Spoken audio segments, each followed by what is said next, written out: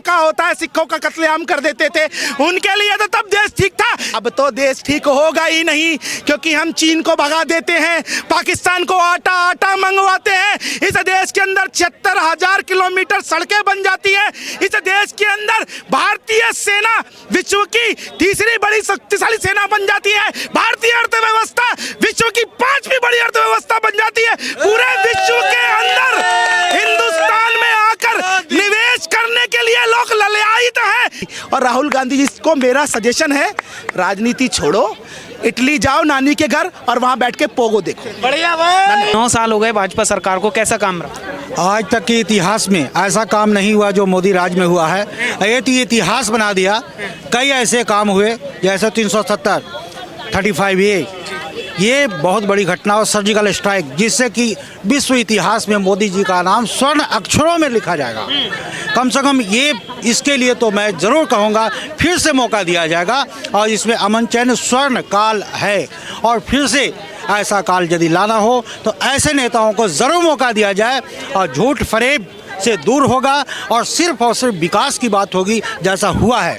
तो मैं समझता हूँ कि हर विरोधियों को भी ये पसंद है, वो सिर्फ दबाव में आकर के नहीं बोलते हैं, लेकिन अच्छाई तो सबको पसंद है, क्योंकि उन्हें भी इसी देश में रहना है, उनके भी बच्चे पढ़ते हैं, उनका भी सुरक्षा की गारंटी चाहिए, जो और कहीं नहीं सिर्फ मोदी और योगी जी ही कर सकते हैं। आप एक बात और देख लीजिए कि माननीय प्रधानमंत्री जी देश के अंदर जिस प्रकार से कार्य कर रहे हैं वो सब जान रहे हैं। 12 करोड़ शौचालय दे दिए भैया, 50 करोड़ लोगों को आयुष्मान कार्ड दे दिया, 40 करोड़ लोगों को प्रधानमंत्री मुद्रा योजना में 23 लाख करोड़ से ज़्यादा दे दिया।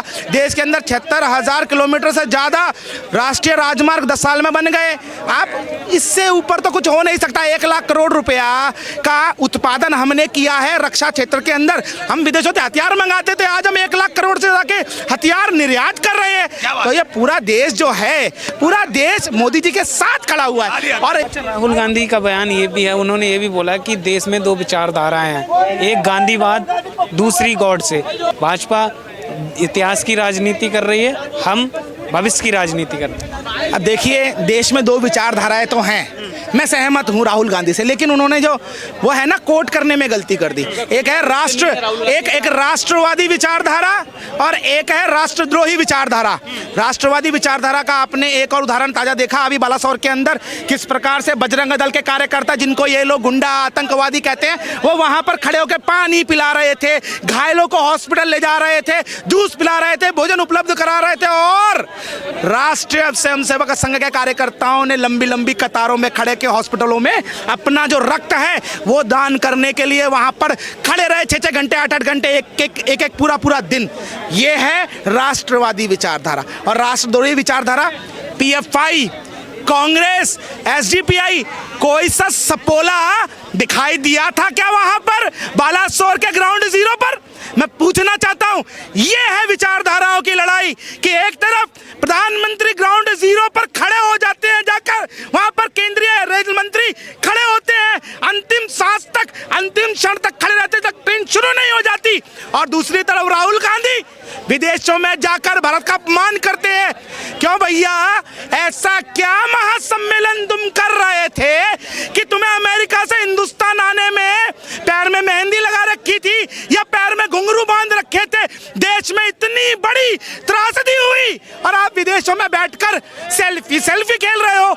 यह है विचारधाराओं की लड़ाई, यह है विचारधाराओं की लड़ाई। राहुल गांधी कह रहे हैं कि देश मोदी जी से संभल नहीं रहा है, देश को सिर्फ कांग्रेस चलाना जानती है, मोदी जी ने देश को बर्बाद किया है, गरीब जनता का भला नहीं हुआ है, बड़े बड़े उद्योगपति का भला हुआ है, मोदी जी से देश संभल नहीं रहा है। हाँ बिल्कुल बिल्कुल बिल्कुल, उनके हिसाब से तो देश पहले ठीक था, जब इस देश के अंदर हमारी माताएं बहनें शौच करने के लिए शाम का इंतजार करती थी, उनके लिए तब देश ठीक था। जब मेरा एक मजदूर भाई अस्पताल में इलाज के बगैर मर जाता था, वो बड़े बड़े हॉस्पिटल नहीं जा सकता था, उनके लिए तो तब देश ठीक था। जब 1 रुपया ऊपर से चलता था और 10 पैसे नीचे पहुंचते थे, उनके लिए तो तब देश ठीक था। जब एक बड़ा पैर गिरता है तो भैया धमाका होता है, सिखों का कत्लेआम कर देते थे, उनके लिए तो तब देश ठीक था। जब इस देश के ऊपर पहला संसाधनों पर अधिकार मुसलमानों का है। उनके लिए तब देश ठीक था जब सरकारी पैसे पे हज यात्रा और जो है ना हज हाउस बनते थे। अब तो देश ठीक होगा ही नहीं, क्योंकि हम चीन को भगा देते हैं, पाकिस्तान को आटा मंगवाते हैं। इस देश के अंदर 76,000 किलोमीटर सड़कें बन जाती हैं। इस देश के अंदर भारतीय सेना विश्व की तीसरी बड़ी शक्तिशाली सेना बन जाती है। भारतीय अर्थव्यवस्था विश्व की 5वीं बड़ी अर्थव्यवस्था बन जाती है। पूरे विश्व के अंदर हिंदुस्तान में आकर निवेश करने के लिए लोग ललायित हैं, लंबी लंबी लाइनें लगी हुई हैं। तो भैया देश तो संभल ही नहीं पा रहा ना। इसे कहते हैं पप्पूगिरी। और राहुल गांधी जी को मेरा सजेशन है, राजनीति छोड़ो, इटली जाओ नानी के घर और वहां बैठ के पोगो देखो। बढ़िया भाई। राहुल गांधी जी को यह समझना चाहिए कि जब आप कुछ भी स्टेप जाकर के बाहर में बोलते हो, अमेरिका में या ब्रिटेन में जाकर के, तो आपको सबसे पहले यह सोचना होगा कि आप देश के बारे में बोल रहे हो। देश सबका है, देश में आप भी हो, प्रधानमंत्री आपका भी है। राहुल गांधी जी को यह नहीं भूलना चाहिए कि उनका पीएम कहीं नवाज शरीफ और पाकिस्तान का इमरान खान है, उनका भी पीएम मोदी जी ही है। तो मोदी जी की बदनामी देश की बदनामी, और देश की बदनामी तो फिर पूरे इंडिया की बदनामी हो रही है एक तरीके से।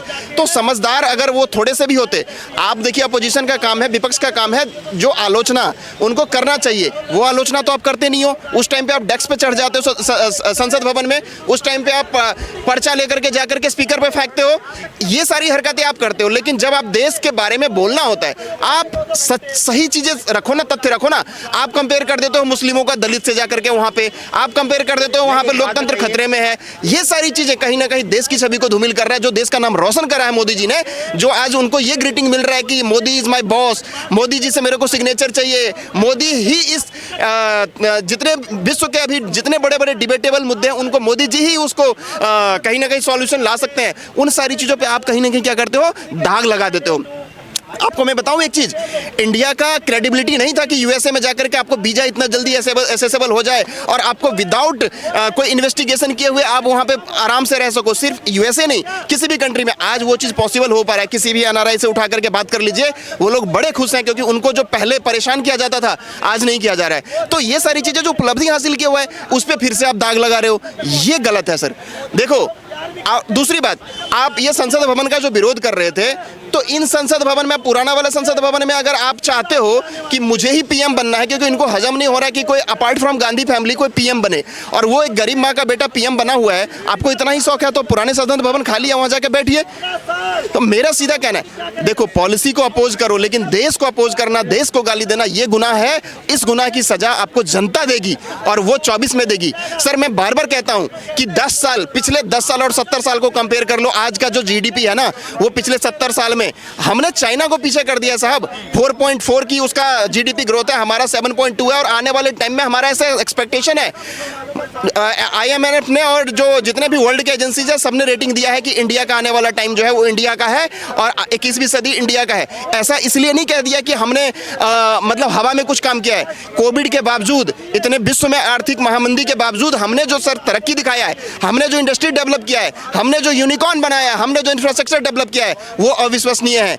24/7 काम करना। आज एक रेलवे इंसिडेंट हुआ है, मैंने सर पिक्चर देख करके तो मुझे हृदय वितरित हो गया कि वो रेल मिनिस्टर जब तक वहां सारी सॉल्यूशन नहीं हो गई, पटरी दोबारा नहीं दौड़ने लग गया ट्रेन, तब तक वो वहां पे रेल मिनिस्टर वो वहां पे खड़ा था और वो एक एक चीज को अवलोकन किया है। वहां पे वो रोने लग गए बाकायदा, और ये विपक्ष वाले उनसे इस्तीफा मांग रहे। शर्म करो, इस्तीफा उनसे लिया जाता है। अगर वो एसी में बैठे होते, एसी में सोए होते और वहां पर इंसिडेंट होता तो इस्तीफा हम लोग भी मांगते, लेकिन आज इस्तीफा मांगना नहीं चाहिए उनको। तो आप हेल्प करो, और जितना देखो सीधी सी बात है, अगर देश में जो चीजें गड्ढे में थी उस गड्ढे को समतल में वो लाने की कोशिश कर रहे हैं, तो पटरी पे लाने में सर टाइम लगेगा। एकदम से कोई भी चीजें ऐसा नहीं होता है कि आप एकदम से सारी चीजें ठीक कर दो, टाइम लगेगा। कवच की बात कर रहे हैं लोग, कवच भी जो ट्रेन में लगा था, अब 100% चीजों को कवच से अभी इलेक्ट्रिफिकेशन नहीं किया गया था, कुछ हद तक कुछ ट्रेनों में किया गया है, लेकिन इनका टारगेट है कि 100% वो कवच वाला भी सिस्टम लेके आया जाएगा। तो हर एक क्षेत्र में सर डेवलपमेंट हो रहा है। लेकिन राहुल गांधी कहते हैं कि हम भविष्य की राजनीति करते हैं, मोदी जी इतिहास की राजनीति करते हैं। अगर आपने यही सोचना था भविष्य के बारे में, तो पिछले 60 सालों में क्यों नहीं सोचा? मेरा तो ये क्वेश्चन मार्क है। जब आपको मिला था, आप तो देश के पीएम आपके तो बने थे ना, उस टाइम पे आपने क्यों नहीं किया? अगर इतना ही भविष्य का अगर आप भविष्य का सोच लिए होते तो आज यहाँ पे जो रोजगार के लिए बात करते हैं या महंगाई की बात करते हैं वो नहीं कर रहे होते, देश में सारी चीजें ठीक होता। मोदी जी भी पीएम नहीं बन पाते, आप ही के परिवार से कोई पीएम होता, या आप होते या प्रियंका जी होती, लेकिन ऐसा तो नहीं हुआ ना। आपको जब मौका मिला तो आपने तो पास्ट सोचा ना भविष्य, अब कह रहे हैं मैं भविष्य के बारे में सोच रहा हूँ, ऐसा क्यों भाई? राहुल गांधी कह रहे हैं कि देश में नफरत का माहौल है, 2024 में देश की जनता नकारेगी। देखिए सर, अगर नफरत का माहौल होता ना तो इतनी जो स्कीमें हैं वो सारी स्कीमें सिर्फ और सिर्फ एक बहुसंख्यक समाज को मिलता, लेकिन आज जितने अल्पसंख्यक समाज के हैं ना उनको पहले मिलता है, बहुसंख्यक को बाद में मिलता है। ये डिस्क्रिमिनेशन देश को मत करो कि यहाँ पे अल्पसंख्यक खतरे में है या ये सारी चीज़ें आपको राजनीतिक रोटियां सेकने के लिए तो ठीक है, लेकिन जो धरातल पर जनता है, जो दिन रात मेहनत करता है, ऑटो चलाता है, रिक्शा चलाता है, गरीब मजदूरी करता है, उसके लिए हानिकारक है, उसके लिए खतरा है, क्योंकि उनमें खाई पैदा होता है। एक मुस्लिम और हिंदू बैठ करके काम एक फैक्ट्री में करता है, सुनिए मेरी बात, एक हिंदू और एक मुस्लिम एक फैक्ट्री में एक जगह बैठ के काम करता है, लेकिन उसको आप बांटना चाह रहे हो, वो ऐसे नहीं बटेगा। आपने 84 का दंगा याद कर लो ना, आपने कैसे बांटा था, इमरजेंसी याद कर लो ना, आपने कैसे बांटा था। सर इनकी तो फेयरिस्ट है, कितनी बातें करोगे। तो विदेश में जाकर के मेरा इनसे रिक्वेस्ट है, प्लीज ऐसी बातें मत करें जो देश के लिए हानि हो।